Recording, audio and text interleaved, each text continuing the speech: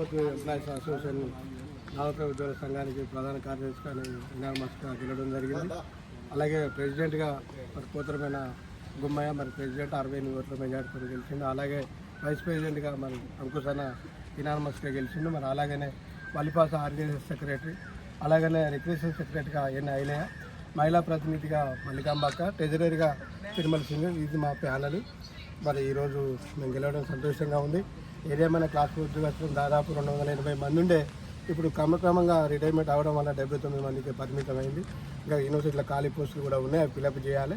మరి ఇంకా 2013 వాళ్ళకు కూడా పిఆర్సీ ఇవ్వాలి. ఈ వైస్ ఛాన్సలర్ రిజిస్ట్రార్ కూడా ఈ సభగా తెలియజేసేది ఏంటంటే మా ఉద్యోగస్తుల సమస్యల పట్ల సానుకూలంగా స్పందిస్తారని, భవిష్యత్తులో ఎలాంటి మేము పోరాటాలు చేయడానికి సిద్ధంగా ఉన్నామని తెలియజేసి ఈ అవకాశం ఇచ్చిన క్లాస్ ఉద్యోగస్తులకు మరి అడ్మిషన్ ఆఫీసర్స్కి అందరికీ క్లాస్ ఉద్యోగుల సంఘం తరఫున ప్రత్యేకమైన అభినందనలు తెలియజేస్తూ ఉన్నాను. ఇంకెవరైనా మాట్లాడతాం? ఉద్యోగ సంఘాలకు నౌకర్ల కోసం పిఆర్సీ కోసం పోరాడి మేము వాళ్ళకు న్యాయం చేద్దామని నా ఆలోచన. ఇంకేమైనా